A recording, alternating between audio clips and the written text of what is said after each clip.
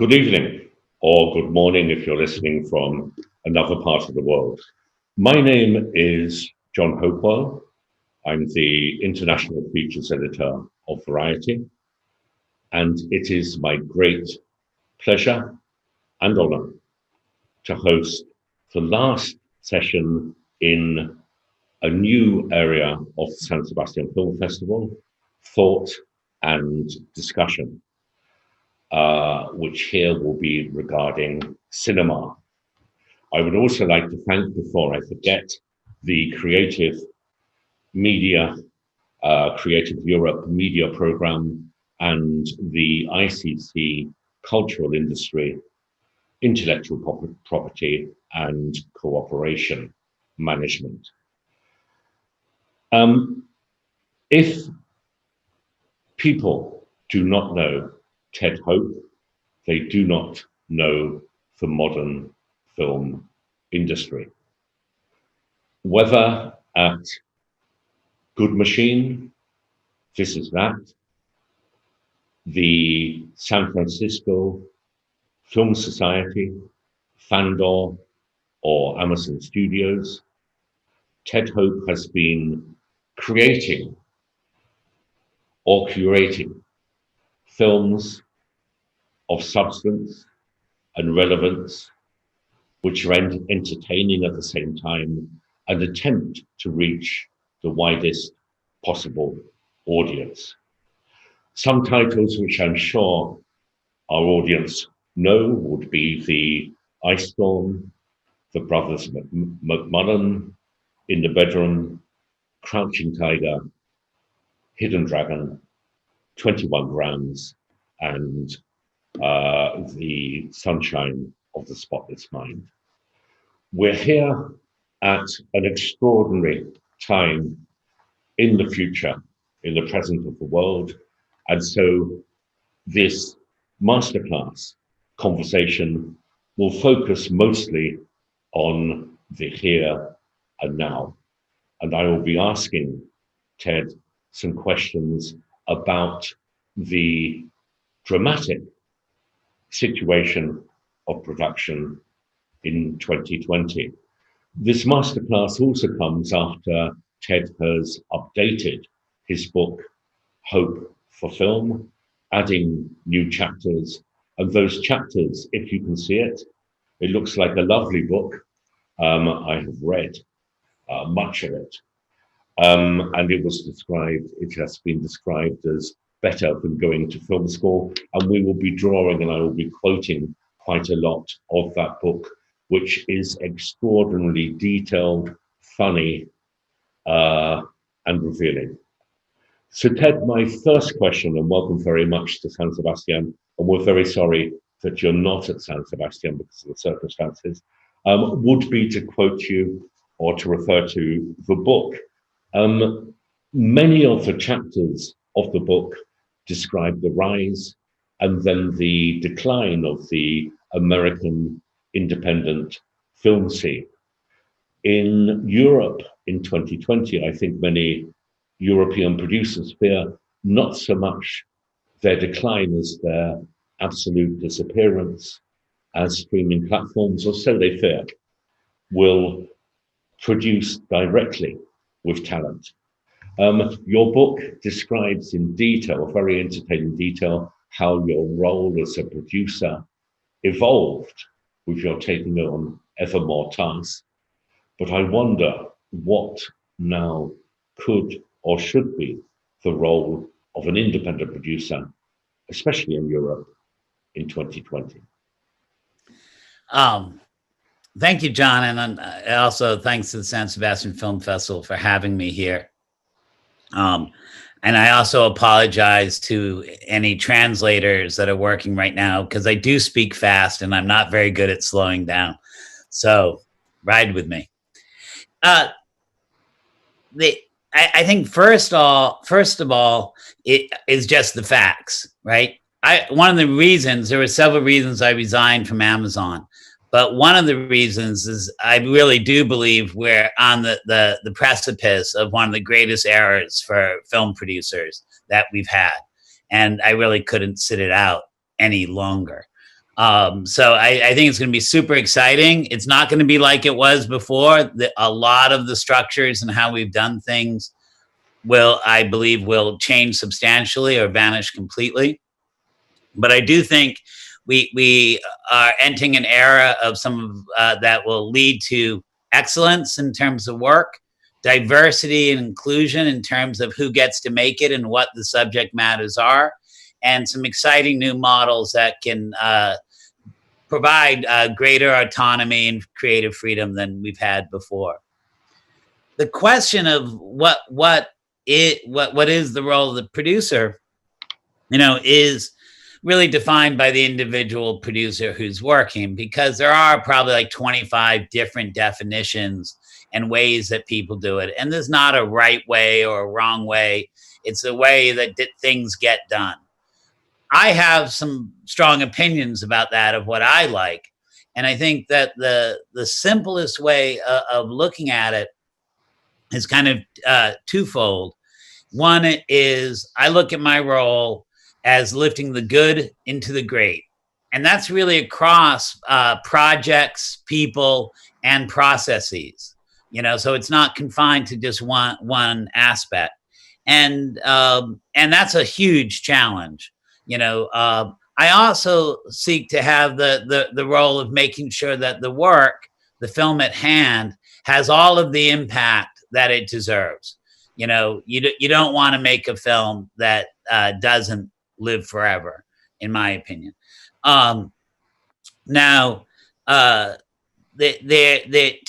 do that, I look at a very specific type of producing, and it's definitely informed from my time in New York, but it's also, I think, frequently referred to as like a New York style, but it wouldn't work without the influence of the West Coast too.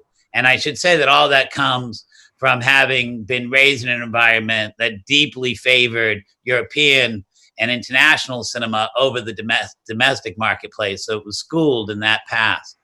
But that type of producing, I actually think is going to become even more and more valuable in this new era, right? So to explain why and I'll get to the type of producing is so necessary, is also important to recognize that during COVID, that inevitable finally occurred. That the power is no longer in the studios.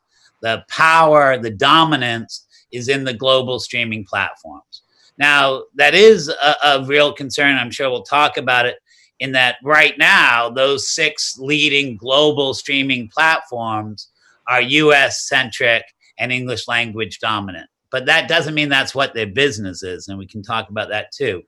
But the key thing in finally entering that era of intense competition, which will get more and more intense, is that their goals, streaming platforms' goals right now, is audience acquisition faster than their competition, which means that they have to make a lot of movies really quickly, right?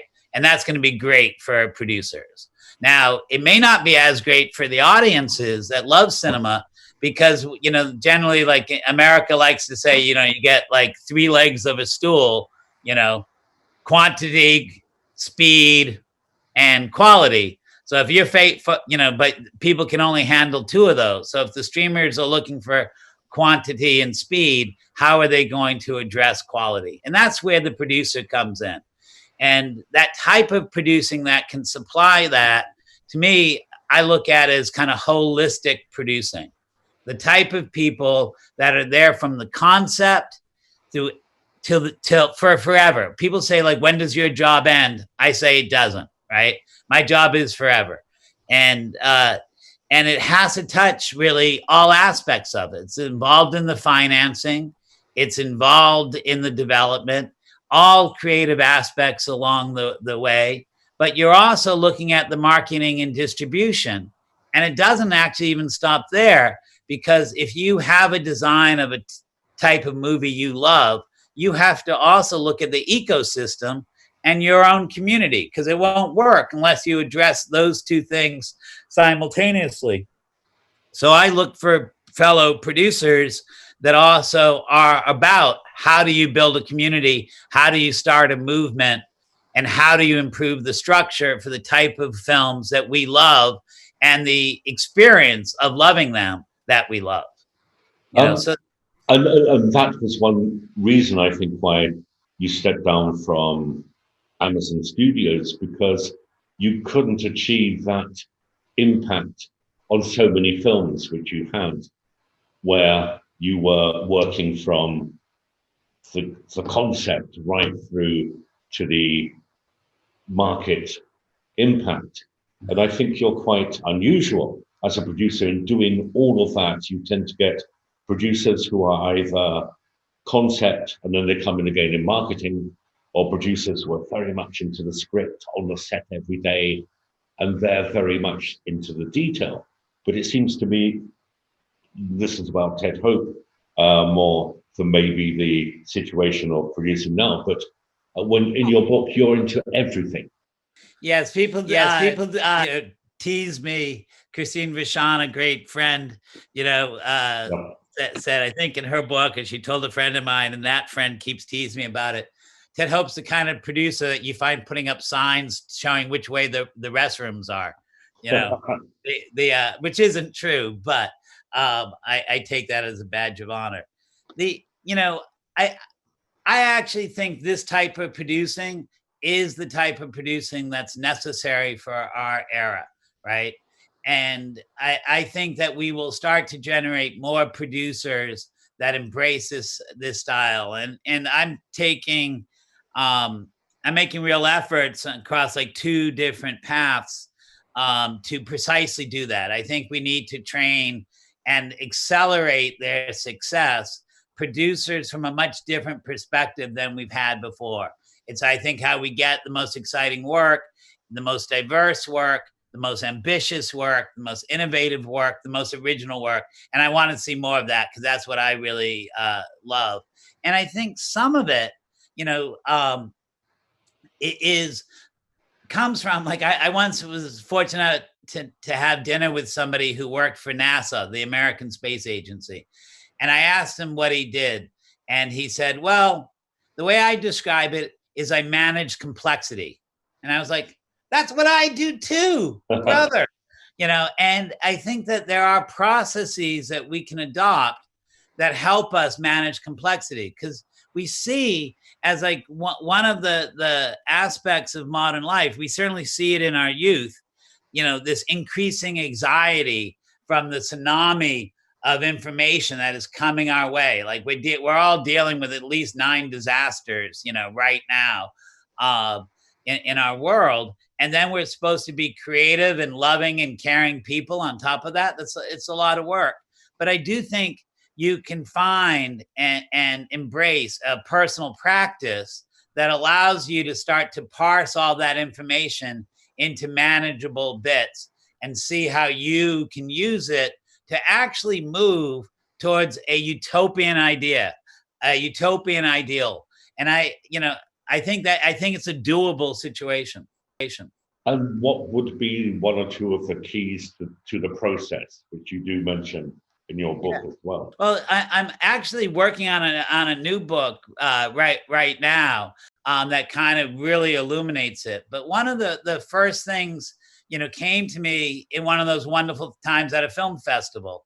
I was fortunate enough to be invited to be on the jury of the Sundance Film Festival, and there were great people on the jury with me: Maggie Gyllenhaal, Danny Glover, Fred Elms, Lisa Cholodenko, super smart folks, right? Yet I realized we didn't have a common language about what we felt lifted the good into the great. In fact, despite all being established professionals for some time, we hadn't even defined that for ourselves. And I was, I'm a film school graduate. I went to NYU in New York. And I was like, how come I wasn't pushed to that task when I was in film school? I started undertaking it myself. And luckily, at that point in my life, I had just fallen in love. Vanessa Hope, as she's known now, was also a big film fan. and liked this dive deep process. And we spent really like 2.5 years together, defining what it is, at least for me, what lifts something from good into great, right? And during that time, I found 32 qualities, which I found kind of ironic because 32 variations, both Mozart Yes. and Bach, found 32 different ways to take mediocrity and lift it into magnificence. I haven't quite gotten that good at it, but I continued to look at it and revise it. And that became kind of the cornerstone to what became a process for me. Because I found by having defined that, when I was working on a script and I was bumping up against something that just didn't feel right to me, or when I was on set and the scene wasn't playing out as well as I had imagined for some reason, or I was in a cut, or I was at a film festival and trying to understand why I responded or didn't, I could go back to this list almost like it was a mantra and think about what was a missing component. If we could come back to that slightly later, Yeah. because I think this masterclass conversation will build up to a kind of taking some of that list and putting it in the present. If we could talk a bit about the ecosystem, this thought and discussion started with a very, very good European film forum on Tuesday, where some of the great industry executives in Europe discussed, presented ideas for what could be a restart for the industry, which went beyond just compensating loss. And at the same time, they studied some of the problems which the industry had. And Francois Yon at the Playtime Group, who you might know, he observed that one of the challenges is that the box office has fallen and probably won't get back to pre-COVID levels. And the problem there is that if the box office goes down, what distributors are paying, Francois said, in minimum guarantees goes down, so sales or the value of sales goes down. Your career is kind of buoyed heavily at the beginning by the explosion in the pre-sales, the international pre-sales market of selling films before they're made, so that you counted as financing.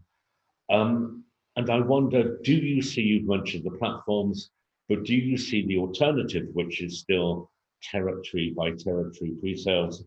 Do you see that as a business model which is dead?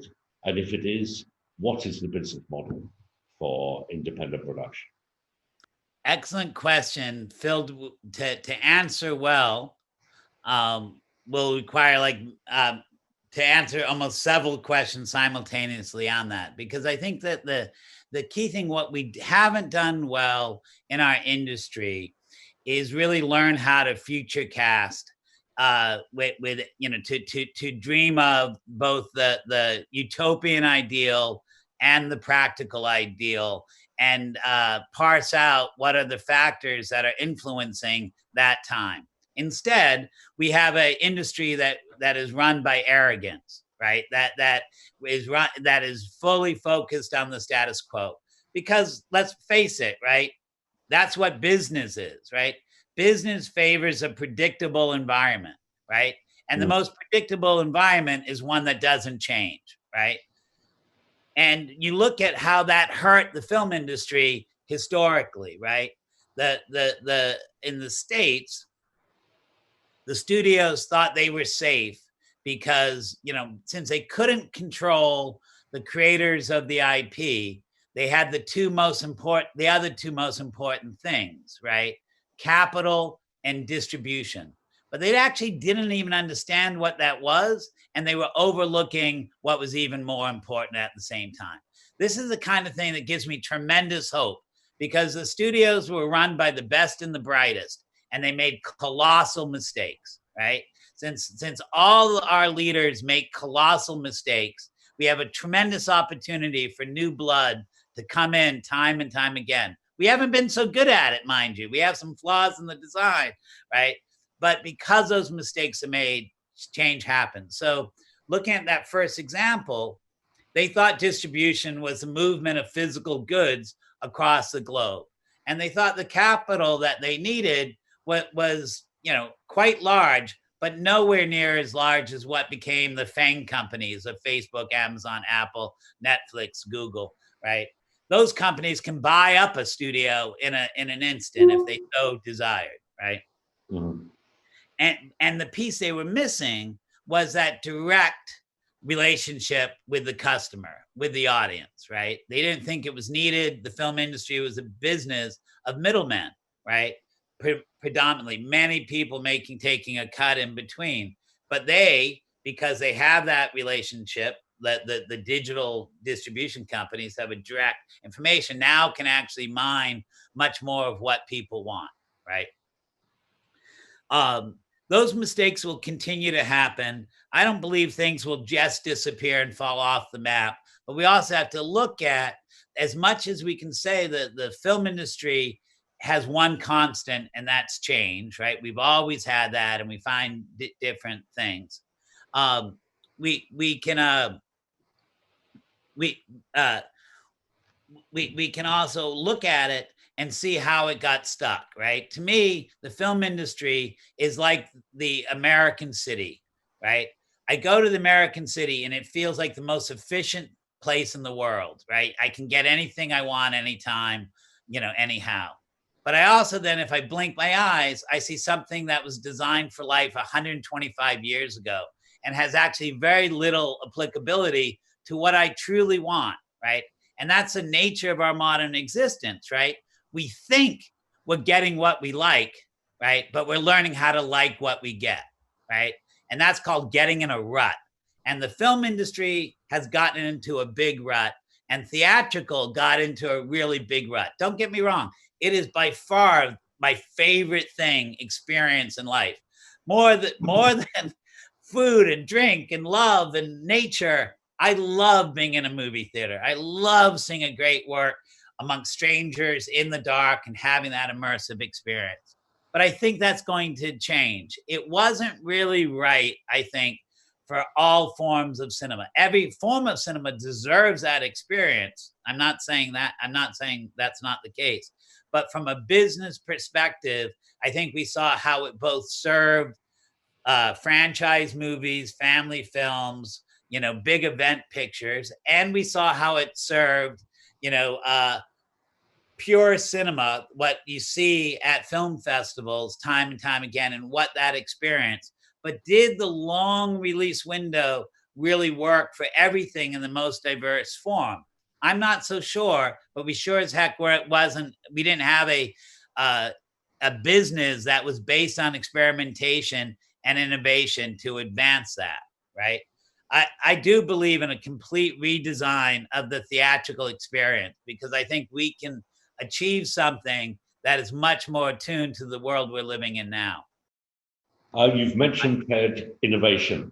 For anybody who has been listening now for about 25 minutes to this masterclass or has read Ted's book, I think one will realize very, very soon that you stress two qualities about producers. One is originality, and another is passion. And obviously, you are talking with absolute passion and have been for years about producing. In terms of originality, I think it was very interesting in one of your last chapters that when you talked about the streaming platforms, you pointed out a kind of paradox, and I think you like paradoxes, which is that on one hand, as the competition grows between platforms, there is less room maybe for originality as they all try to do the same thing and beat their rivals.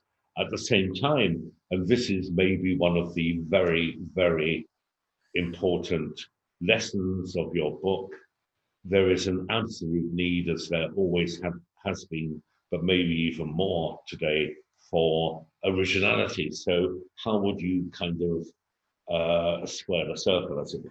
Yeah, it's funny. I think whenever I do one of these classes, uh, I get called out on like, Ted, you said this, and then you said the completely contradictory, thing elsewhere. And my answer is somewhere along the line, I did read that it is a sign of intelligence to be able to hold two contradictory thoughts at the same time.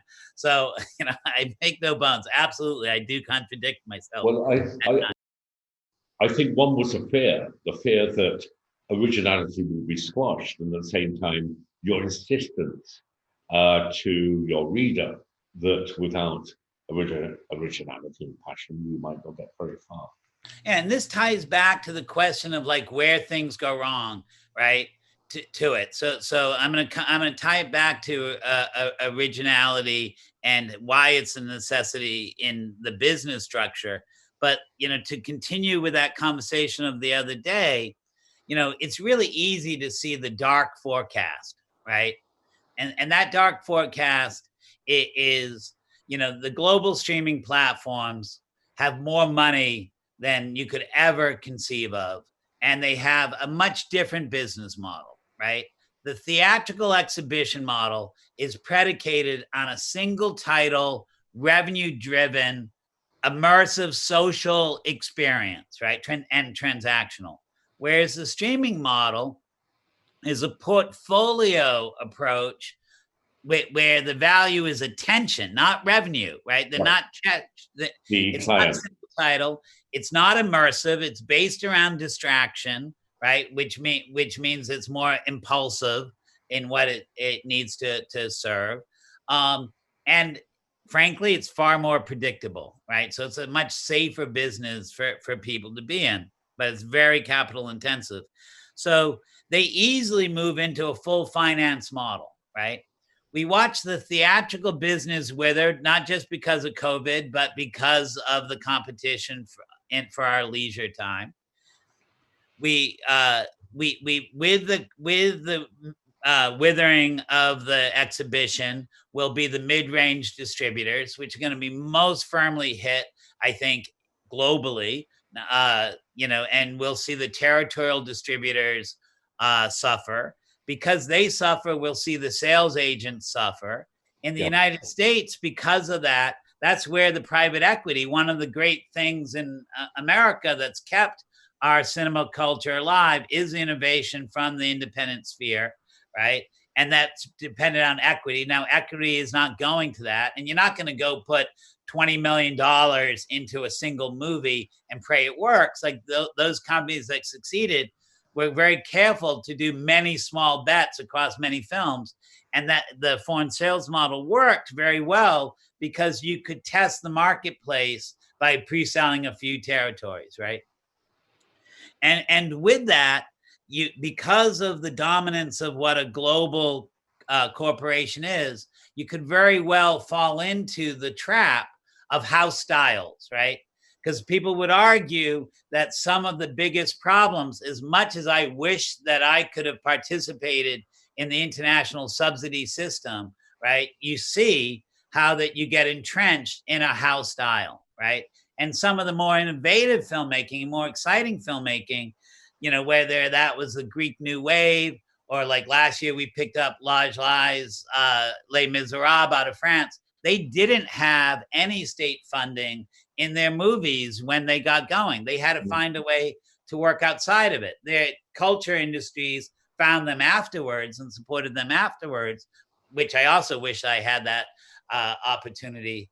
But like, there's a challenge there, right? Now, the thing that's great though, right? So that's like a dark side. You say, oh my God, how do we make sure that we have an innovative cinema culture? Because it's always those outliers that move fast. Because like the thing that gives me hope is one of my first lessons that I had. And I firmly believe this, that artists, audiences move much faster than the business or the marketplace. Like, we're taught to think the marketplace knows how to innovate and will always move it. It doesn't. It gets stuck in its status quo.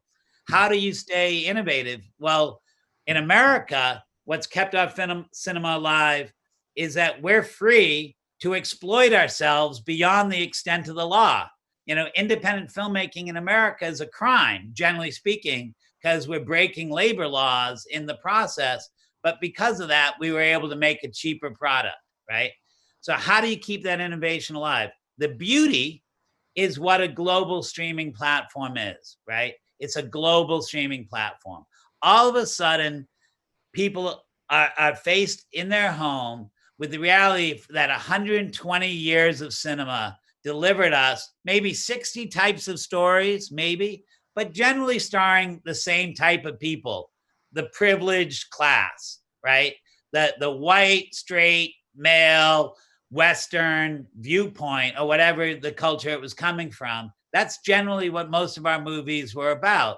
And that's not what the customers look like at all.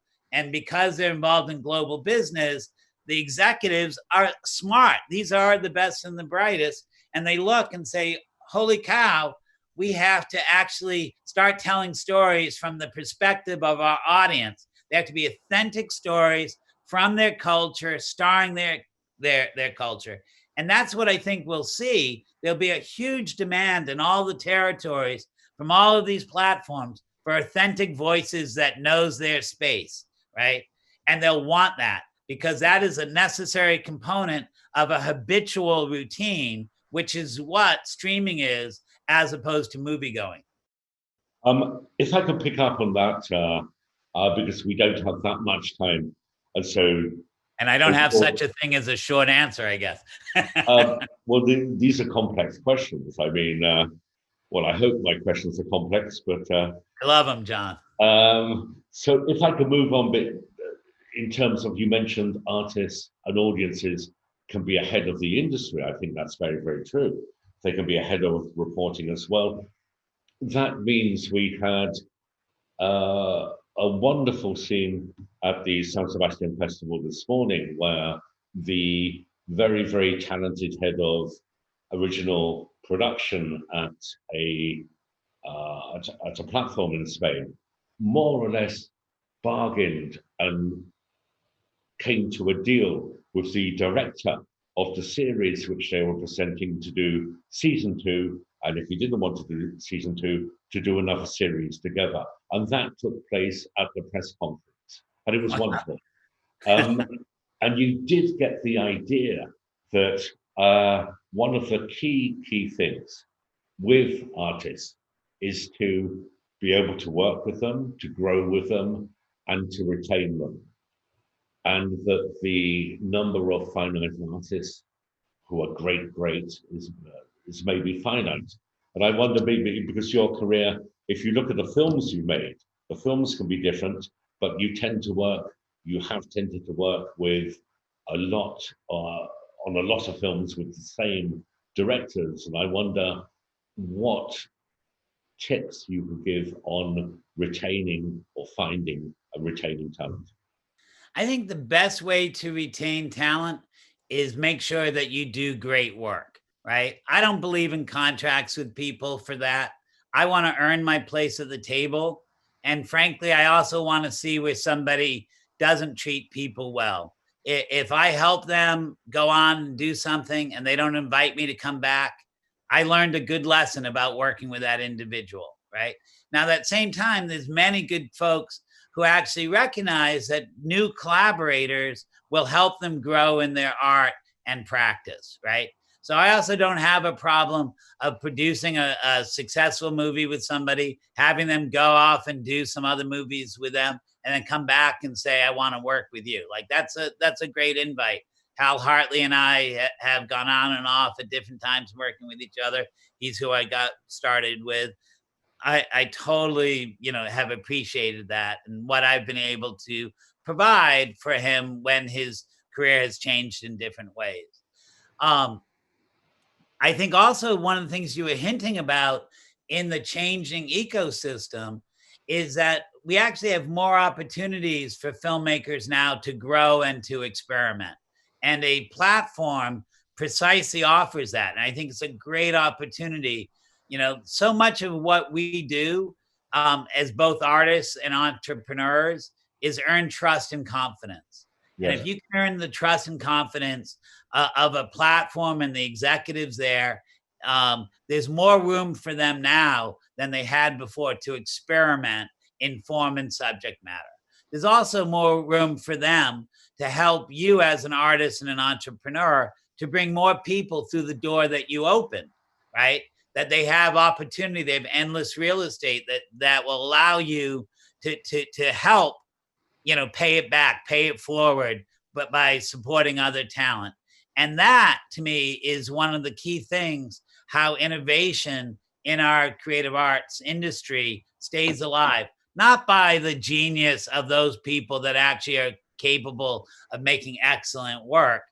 No, by actually a movement and a scene that those that have a little bit of vision can pull together. I wouldn't have the career that I have, not only because of my partners like James Seamus and David Lindy when I got started, or the great filmmakers that we got to work with like Ang Lee and Nicole Center and Michel Gondry and others, but because of also the whole team of people. There's a host of great producers and executives, people that run companies who have transformed the business that came through that company, but also our competitors. I wouldn't have made the films that was able to make at the quality I could make it if it wasn't for Christine Vachon and Pam Koffler at Killer Films, who were coming up at the exact same sort of time. And I think you see this time and time again. We mentioned the Greek New Wave and Yorgos Lanthimos and Athena Sangari. Like they were able to carry more people with them, and they were able to recognize that what was the status quo within their own local culture no longer was applicable to the audience that they wanted to bring into it and could push it forward. This happens, I think, in all nations, in all cultures, across regions, time and time again. Yet, because we're all like fed this kind of individual heroic myth, we think we're supposed to carry it alone on our shoulders. But the secret to great work is collaboration. It is knowing how to listen, knowing how to take risks, making yourself vulnerable, and aiming to work together to work around whatever those barriers are. And that's what I think we're entering, an age of collaboration. Do you think we're also entering an age where TV series will be increasingly important to talent, which might discover that they can make drama series, which in a way are just longer films. At the festival this year, Luca Guadagnino, who you've produces Suspira, actually, when he talked about his series, would talk about it as a film. And the director of another very good series here, Antidisturbios Riot, please, Rodrigo Sorogoyen, would say the same. He would talk about his film, although it's 6 episodes. With directors moving in both directions from film to TV, and then from TV to film, do you think that producers will have to accept, also because of the more attractive business model maybe of at the moment of drama series, that they might have to make both, not just film but also TV series? Yeah, I think it depends. I think it depends on the artist, right? But by all means, I'm looking forward to precisely that happening. I have, I think that just both because of experience and then genetic makeup, I definitely favor the feature film form, but I'm super eager to make some longer movies. And I think that we've made false assumptions all along on audience behaviors. I had the good fortune of bringing what was then, I think, my 17-year-old son to the final mix of Luca's movie Suspiria, right? And I was very eager to hear what he had to say after he saw it, right? So no input in terms of what he might respond to beforehand or afterwards. And frankly, I kind of hoped that he would say that he loved it and he wished it was shorter and would bring it down into like a more manageable length. I thought that was almost inevitable.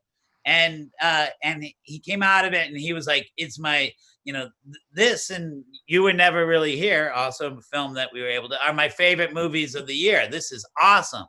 I said, really? That's fantastic. And he was going on. And I was like, but was there anything you would change? Um, and he didn't respond. I said, well, would you like it shorter? He said, no, I wish it was longer.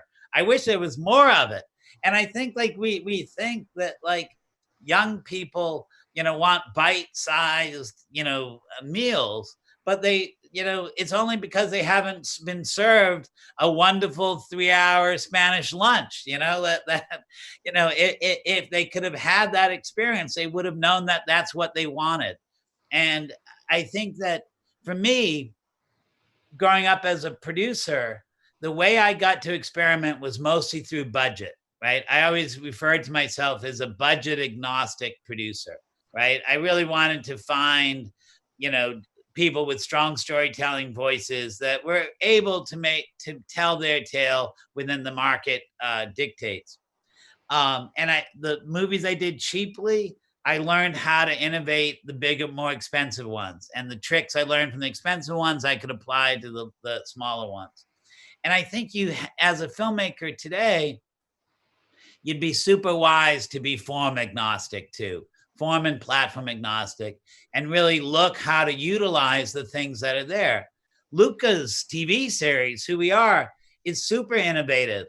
I find it curious because he's not falling into some of the same dictates that traditional cinema has and series have, right? That I thought, because I'd seen pieces of it, like it's not exactly a fast-paced show. And I was like, how's this going to work in a series? I'm so mad at HBO here in this country that I can't binge it and watch it. I don't like to make appointments for my viewing. I like to just dive in. But sure enough, like we are keyed up with 2 episodes in, and we're hungry for the next one and the one after. It's so sad that you didn't come to San Sebastian because we've seen it all. We will premiere the whole of the series.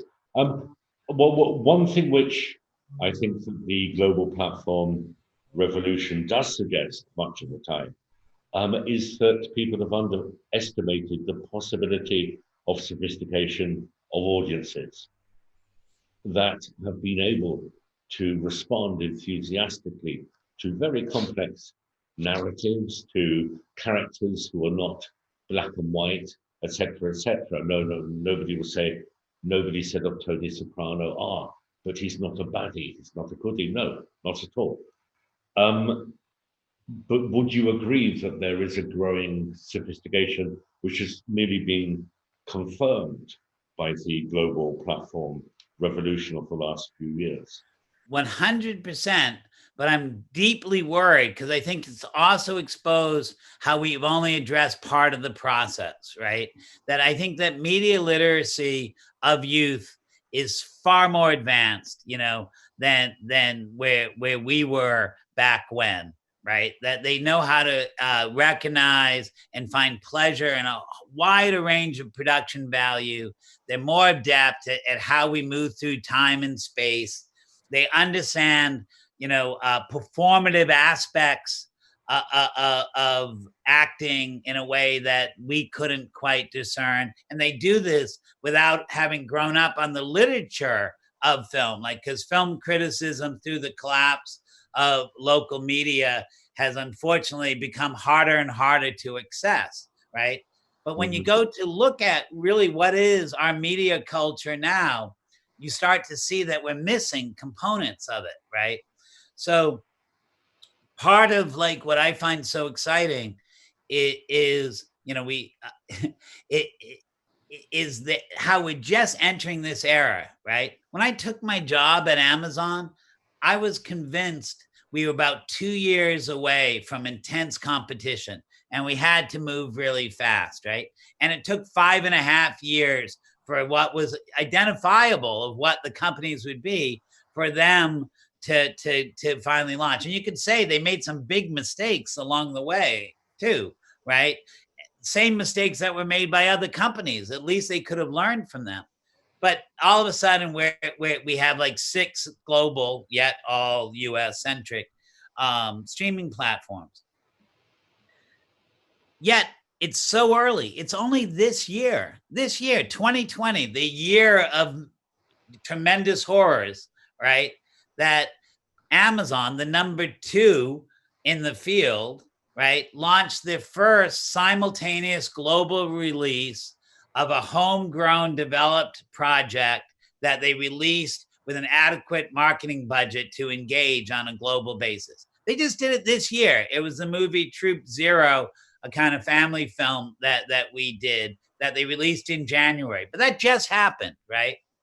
We don't quite understand the difference of what it means to release something that's not a franchise picture, that doesn't make all of that noise, to a global audience simultaneously. What is it? And we can go into that because I have some definite thoughts. But the other half of that equation is we're living in this era of a two-way media channel, right? Where you get to talk back and forth. You can use social media to build community, to enhance engagement, to unlock the full utility that cinema has inherent within it. Yet, because we're still stuck on leaders of a certain age and generation who did not grow up digital natives, they don't know how to do that. So we are only, in this very early stage of understanding what it means to engage with a global audience, and trigger and amplify their behavior as a result of it. And I think that's super exciting. I think there's tons of innovation that's going to come to that. Yes, if you think about when did Netflix release its first full foreign language series? That was just 5 years ago. And then, sorry. Yeah, and I was going to say, and so many people I talk to, when I ask them like what their favorite series is, they say Babylon Berlin, right? The fact that like now everyone I know has watched a series that's not in their native language. Previously, it was just people who didn't live in America that experienced that.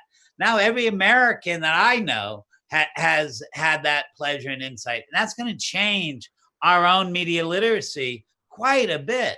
That like finally we'll start to be able to identify with somebody that's not a cowboy, right? Like somebody that looks, talks, and has lived a much different life. Maybe we'll have a new era of empathy. Maybe that's around the corner. And you will see that as well as a source of originality as well, of people coming, protagonists from different culture or different race, a different gender. In your book, you're very in favor of working with diversity across gender and race because it brings freshness. It brings, apart from the principle. Yeah, I think from both, well apart from the principle, I think from a business perspective, it makes so much sense in an era of streaming. I think for those of us that care about an original and innovative artistic culture, it makes a ton amount of difference. And then of course, like, yes, depending on what your vision of the world is. It's funny, in that going back to that question of some things about practice, I did a couple of years ago. I embarked on a new experiment that I think has helped me in so many different ways, and that was to try to build my own roadmap to utopia. Right? What would the world look like if I got to address it? And I tried to break it down into all different segments of life. I haven't added to it in a little while, but it got to like 230 different programs that I thought we could have. And my idea with it was, if we all actually tried to address that in our lives, when we had leaders that presented themselves to us, we could help guide them a little bit better, what that looked like.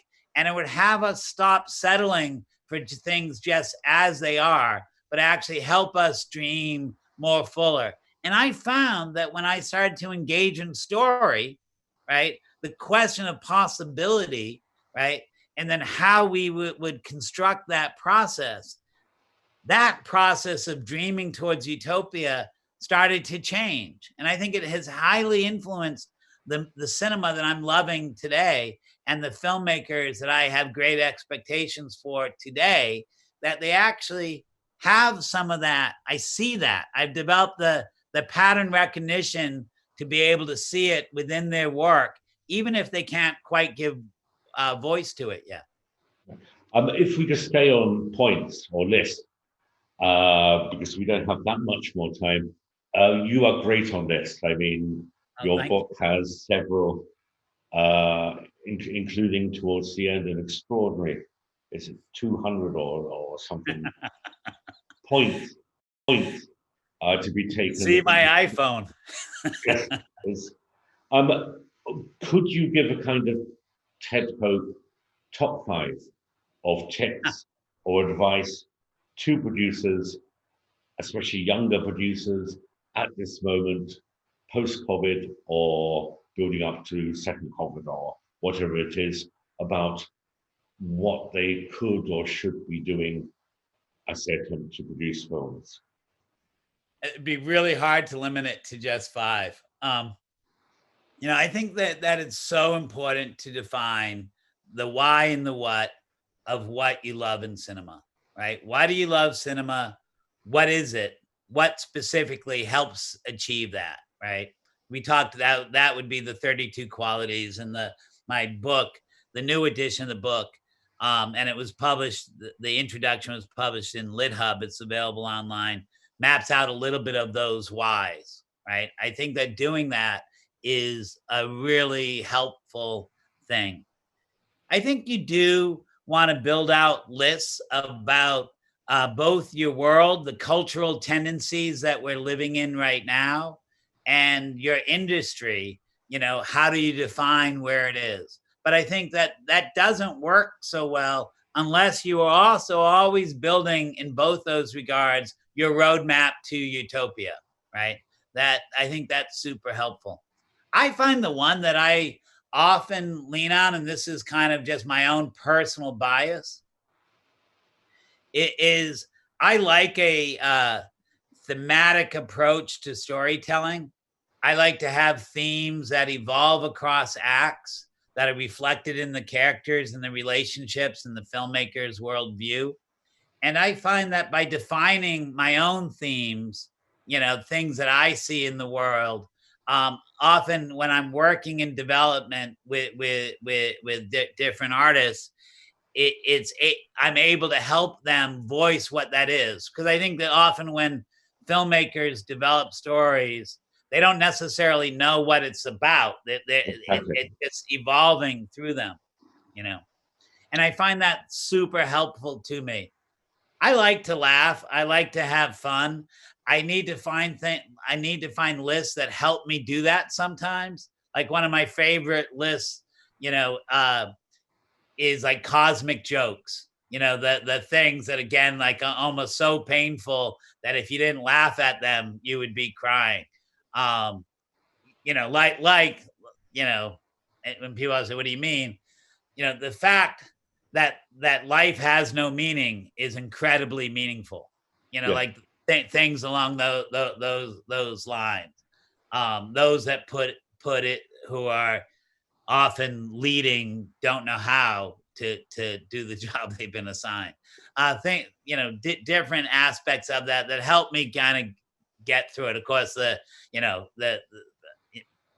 could always be worse, or like that's a joke. Those things are really helpful to me.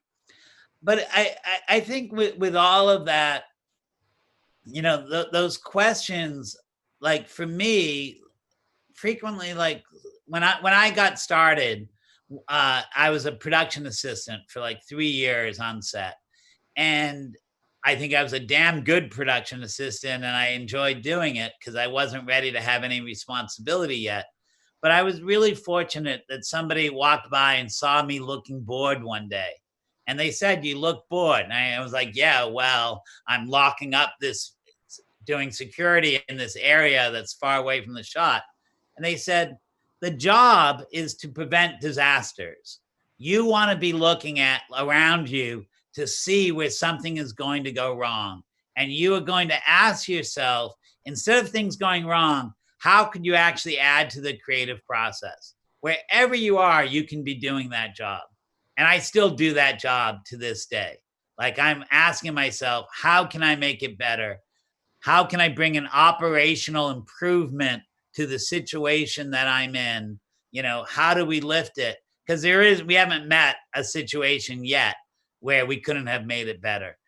So it's our responsibility to do that. And I think that there's tons of opportunity. It's like, ultimately, as I say to my son, he's really fortunate that we fucked up the world in so many different ways, because now he can have a meaningful life trying to make it a little bit better. Yeah. To kind of wrap up, over your 3-decade career, are there moments which, I mean, there will be, which you're very, very proud of, when you think you took a decision and you got it right? And are there moments when you took a decision and you think you got it wrong? Well, I think that I'm going to kind of answer it backwards a little bit, in Yes, that because that like way we end on an upbeat note. Yes.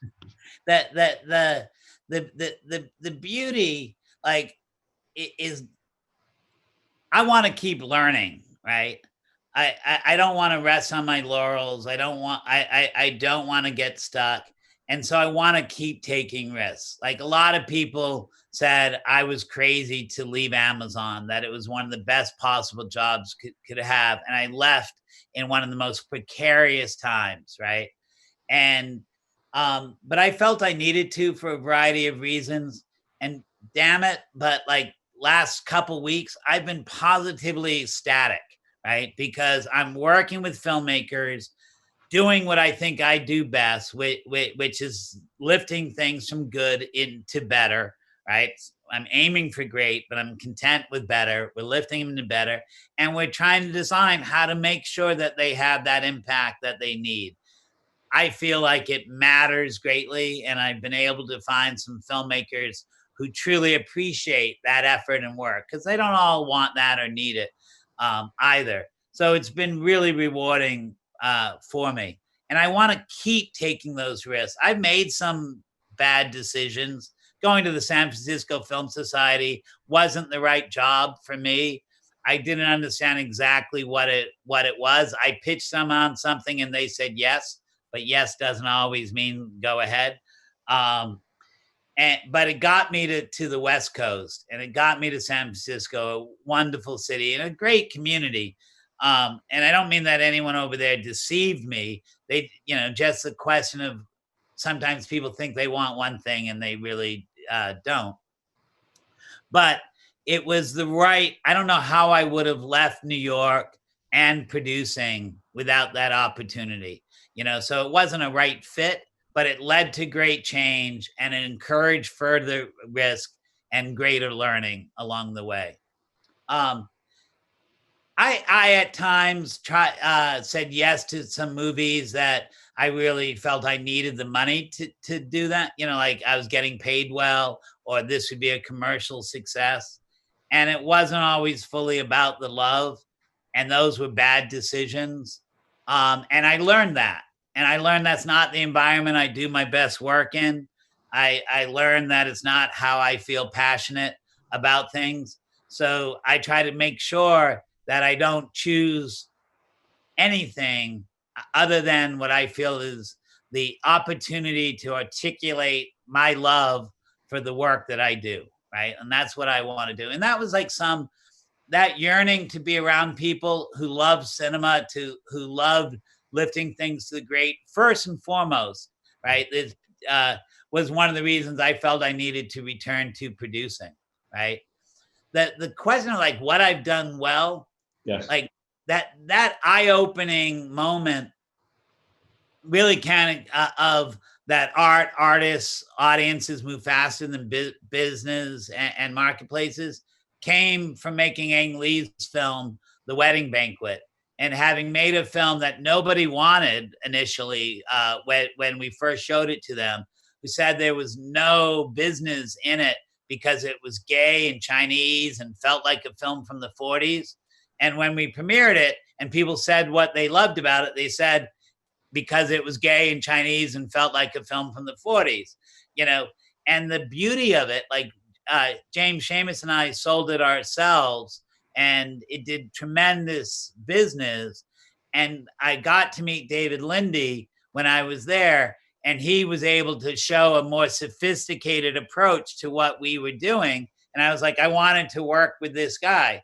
So working with James and David and then working with that team was definitely like a great decision. And it came from that. And that principle of how fast change comes has led me into many different things. It's ultimately how I got to Amazon. You know, it led me to kind of look at what the future might be, where there were business models that were different than the status quo. It encouraged me to keep experimenting, to take risks. We had to take a tremendous risk, as did David Lindy, for all of us to work together and to be able to make that business happen. And then, of course, like that sort of thing, you're trained often for a certain type of director when you come through film school, come through the industry. That is usually those that speak most confidently and arrogantly on what they're going to be able to do. And you know, to me, those are people who want to deliver the proof. And came to learn that I really prefer the filmmakers who want to do the experiment. And a lot of the directors I've had the pleasure of working from and learning from were either international directors working in America for one of their first times, or folks who, for one reason or the other, hadn't had the light shine on them yet. And I learned to adapt my style of working to them, to try to give them a custom fit, to learn that they may not all express themselves the same way. They may not all express themselves with trust and confidence, but you need to find a way to create that environment to let that stuff shine. And I think that because of that, I got to learn new ways of working, see a more distinctive cinema, and help start to understand where my place in the process can be to kind of further originality that ultimately then breeds trust and confidence. Ted Hope, thank you very, very much. We have to stop, but that was a wonderful masterclass conversation. And I hope that we will be able to continue maybe next year in San Sebastian. I would love that. Some of the great, great diversity in Spanish language.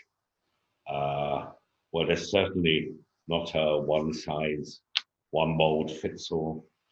And it was an absolute pleasure to talk to someone, especially someone who has evolved and is still evolving.